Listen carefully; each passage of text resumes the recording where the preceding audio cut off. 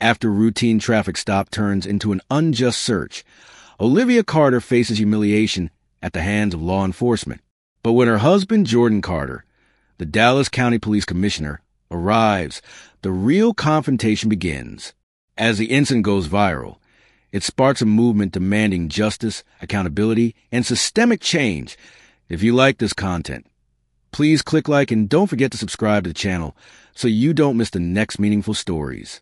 Olivia Carter adjusted the rear-view mirror of her silver sedan, the hum of the highway fading as she turned onto a quieter road in suburban Dallas. The evening air felt heavy, and her sequin gown shimmered faintly in the dim streetlights. She had just left a fundraiser event heavy, and her sequin gown shimmered faintly in the dim streetlights. She had just left a fundraiser event, a night spent supporting a local community center she deeply cared about. Olivia was proud of the work they were doing, but more than anything, she was looking forward to getting home to her family. Her phone buzzed on the passenger seat. It was her husband, Jordan Carter, the newly appointed police commissioner of Dallas County. Olivia smiled softly. "Be home soon," she murmured to herself, not bothering to pick up the call. Then the flash of red and blue lights in her rear-view mirror caught her attention. A police cruiser.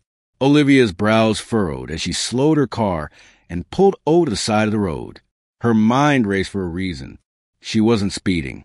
She hadn't rolled through any stop signs. She wasn't even on her phone.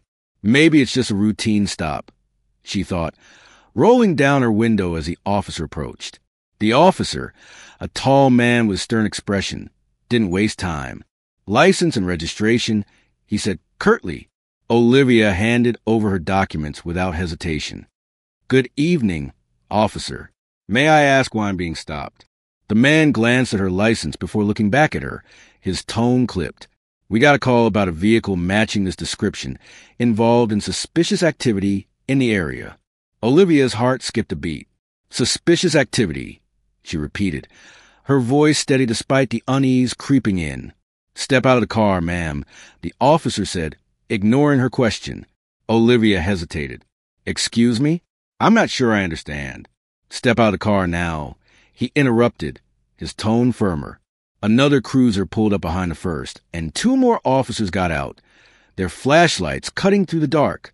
Olivia's hand trembled as she unbuckled her seatbelt and opened the door. She kept her hands visible, just as her husband had taught her. "I'm complying," she said, keeping her voice calm but firm. "But I'd like to know why I'm being treated this way." Her calm demeanor seemed to agitate the officers further. One began searching her car without asking permission, rifling through the back seat and trunk.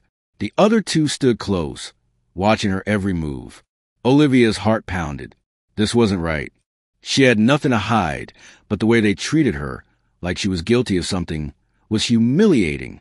But Olivia wasn't the kind of woman to cower. "I'd like to call my husband," she said, her voice cutting through the tension. One officer scoffed. "You can do that after we're done here." Olivia's jaw tightened, but she said nothing. She didn't want to escalate the situation. Instead, she silently prayed that someone would intervene, that this would end before it spiraled further. But little did she know, the situation was about to take a turn that no one could have predicted. Olivia stood by her car, the cool night air brushing against her arms as she watched the officers rummage through her belongings. Her perfectly organized trunk, filled with boxes of brochures and event materials from the fundraiser, was being treated like a crime scene. They pulled out items, inspecting them as if they might uncover something sinister. One officer held up a stack of pamphlets. "What's all this for?" Olivia's voice remained calm but firm. "I just left a fundraiser. Those are brochures for the community center we're supporting." He stared at her, his expression unreadable, before tossing the stack back in the trunk without a word.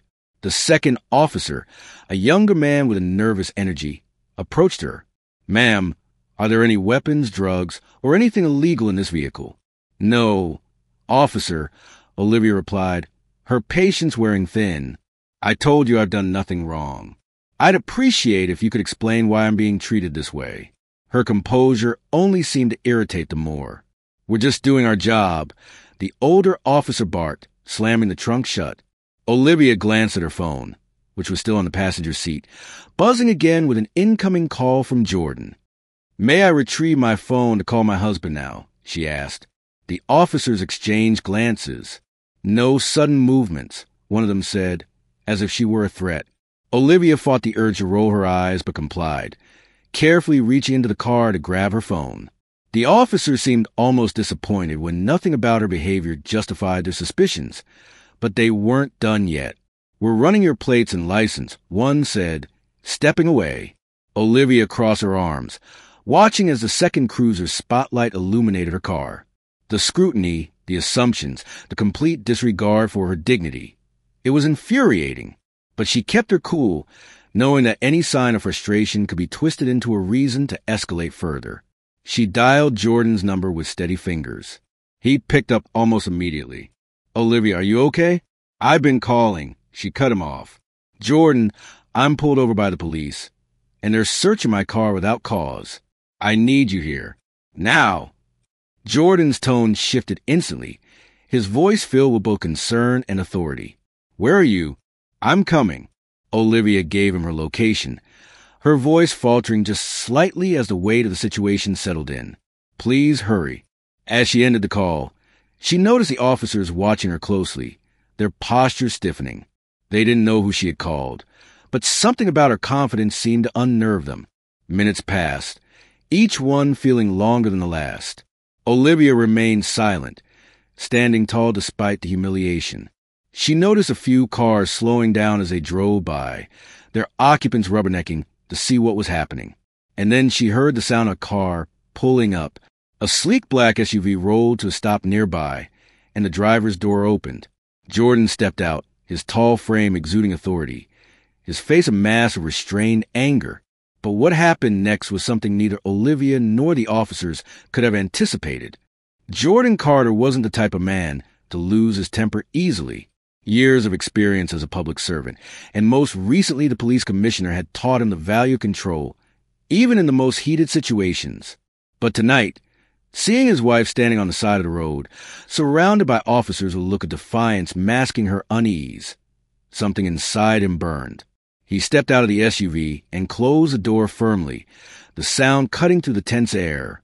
The officers glanced at him, their guarded expressions betraying their surprise at his confident stride. Jordan was dressed sharply in a tailored suit, his police badge clipped to his belt and glinting under the streetlights. Good evening, he said, his voice calm but edged with authority. I'm Jordan Carter, Dallas County Police Commissioner. Someone explained to me why my wife is being detained and her vehicle searched without cause. The older officer, clearly the one in charge, straightened his posture but didn't quite meet Jordan's eyes. Sir, we're conducting an investigation. We received a report of suspicious activity involving a car matching this description. Jordan's jaw tightened. Suspicious activity? In a sedan driven by a well-dressed woman coming from a charity event. You do realize you're speaking to Olivia Carter, my wife? The younger officer shifted uncomfortably, glancing at his partner. The older officer cleared his throat. We weren't aware of her identity, sir. We were just following protocol. Protocol? Jordan repeated, his voice rising slightly. Since when does protocol involve searching someone's car without their consent or probable cause? Did she give you permission to do this? Silence. That's what I thought, Jordan said, taking a step closer. His presence was commanding, and the tension among the officers was palpable. Bystanders had started gathering, some holding up their phones to record. The flashing police lights bathed the scene in an eerie red and blue glow. Olivia finally spoke, her voice steady. Jordan, they wouldn't even let me make a phone call at first. They've been treating me like a suspect from the moment they pulled me over. Jordan turned to her, his expression softening for a brief moment before hardening again as he faced the officers. Do you have any idea what kind of liability you're exposing this department to? You're harassing an innocent citizen. My wife, no less, without justification. This isn't just unprofessional. It's unacceptable. One of the officers, clearly feeling the heat, stammered. We were just doing our job, sir. You didn't mean? Jordan cut him off, his tone sharp. Your actions suggest otherwise. And those cameras, he said, gesturing to the growing number of bystanders recording the scene, will ensure there's no spinning this later. You're going to explain yourselves right here, right now? The officers exchanged nervous glances, clearly unsure how to proceed. The older officer stepped forward, attempting to regain control. Commissioner Carter will need to de-escalate the situation. Perhaps we can discuss this back at the precinct. Jordan let out a short, humorless laugh. De-escalate? You want to de-escalate now? After humiliating my wife and violating her rights? No, we're addressing this here. In public. Exactly where you created this mess. By now, the crowd had grown larger. People were murmuring, some expressing their disbelief at what they were witnessing. Olivia stood quietly, her posture composed, but her eyes betraying her exhaustion. Call your supervisor, Jordan ordered. Now, the older officer hesitated, but ultimately reached for his radio, his demeanor reluctantly compliant. The tension in the air was thick, the weight of accountability pressing down on the officers as they awaited their superior's arrival. But what happened when the supervisor arrived would turn this already tense situation into a breaking point for everyone involved. The faint crackle of the police radio broke through the tense silence as the older officer called for his supervisor. The minutes that followed felt like hours, with Jordan standing his ground, Olivia silently watching, and the crowd growing larger. Some bystanders murmured among themselves, while others whispered into their phones or live-streamed the scene. Finally, a black and white SUV pulled up and out stepped Lieutenant Richard Monroe. His uniform was crisp, and his expression betrayed a mixture of annoyance and confusion as he approached the group. What's going on here? Monroe demanded, his eyes scanning the scene. He barely glanced at Olivia before turning to Jordan. Lieutenant Monroe, Jordan said evenly, your officers here pulled over my wife, conducted an unwarranted search of her vehicle, and have failed to provide any legitimate reason for their actions. I'm waiting for an explanation. Monroe's eyes widened as the realization hit him. Commissioner Carter. I didn't realize that's the problem. Lieutenant, Jordan interrupted, his voice steady but sharp. It shouldn't matter who she is. Every citizen deserves respect and fair treatment, and this is anything but. The lieutenant's face tightened as he turned to the officers. Is this true? Did you search her vehicle without cause? The older officer hesitated. We had a report about suspicious activity. Cut the excuses, Jordan interjected, his voice cutting to the air like a knife. You had no cause. None. And now, not only have you harassed an innocent woman, but you've also put this entire department under scrutiny. Do you even understand the gravity of what you've done? Monroe rubbed his temple, clearly trying to maintain control of the situation. Commissioner, I assure you this will be investigated thoroughly. I'll handle it personally. Jordan took a step forward, his voice unwavering. This isn't just about an investigation. It's about accountability. You don't get to sweep this under the rug. Not this time. The crowd murmured in agreement, their phones capturing every word. Jordan turned to them, addressing the bystanders directly. To everyone here, he said, raising his voice, this is the kind of behavior we've been fighting to eliminate in our police force. No one, no matter their status, their job, or their skin color, should have to endure this kind of treatment. This is why accountability matters. A smattering of applause rippled through the crowd. Olivia watched her husband, pride flickering in her eyes despite the exhaustion she felt. Monroe looked increasingly uncomfortable. Commissioner, perhaps we can move this conversation somewhere private. No, Jordan said firmly. Transparency happens here, in front of the people you serve. Your officers need to understand that there are consequences for their actions. If they don't, nothing will ever change. The officers shifted uncomfortably as Monroe struggled to respond. It was clear that the balance of power had shifted, and there was no escaping the consequences of what had unfolded. But the story didn't end there. The fallout from that night would spark a chain of events that no one, especially the officers involved, could have anticipated. The fallout from that night was swift and unrelenting. By the next morning, the video recordings of the confrontation had gone viral, shared across social media platforms with hashtags like #Justice for Olivia and Hallett Accountability Matters. News outlets picked up the story, airing the footage alongside headlines questioning the integrity of the Dallas County Police Department. Olivia and Jordan sat side by side at their dining table, the morning light streaming through the windows. Olivia, still tired from the night before, sipped her coffee while Jordan scrolled through his phone, reading articles and comments. "They're calling it the Hayes incident," Jordan said, his tone heavy. "I knew it would get attention, but it's bigger than I expected." Olivia set her cup down and looked at him. "It's not about us, Jordan. It's about what this represents. How many people go through this every day and don't have the platform we do?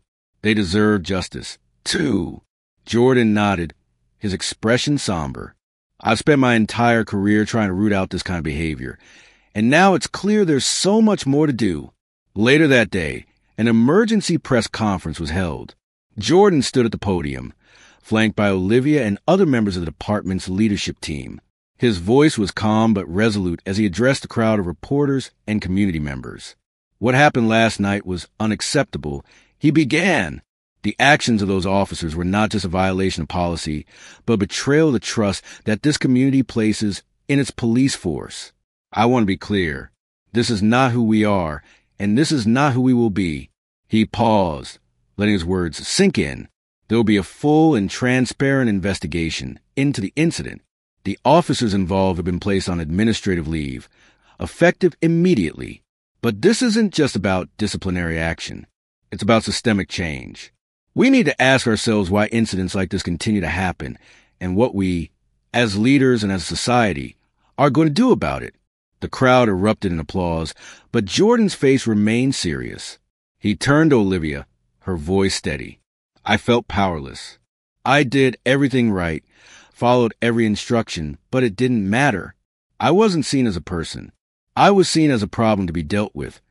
And I know I'm not alone in feeling that way." She took a deep breath before continuing. "But I also know that change is possible. It starts with accountability, with people speaking out, and with leaders like my husband who are willing to challenge the system from within. We have to do better. For everyone." In the days that followed, the department launched new training initiatives focused on de-escalation and implicit bias. A citizens advisory board was formed to ensure transparency and accountability. Jordan personally reached out to community leaders, promising to rebuild trust and make the changes that were long overdue. The officers involved in the incident faced disciplinary action, and one chose to resign. Their actions were a stark reminder of how deep systemic issues ran, but also how necessary it was to confront them head-on. As for Olivia, she became an advocate for justice, using her platform to amplify the voices of those who couldn't speak for themselves. She often told her story not out of anger, but out of hope. "It's not just about what happened to me," she'd say. "It's about what we do to make sure it doesn't happen to anyone else." In the end, the Carter family turned a moment of injustice into a catalyst for change. It wasn't easy, and the road ahead was long, but they faced it together with courage, conviction, and an unwavering belief that a better world was possible. And that's the lesson we all need to take away. Real change starts with accountability and the courage to stand up for what's right, even when it's uncomfortable. So ask yourself, what can you do to make a difference? Start today. Speak up. Push for change. Speak up. Push for change. Because every voice matters.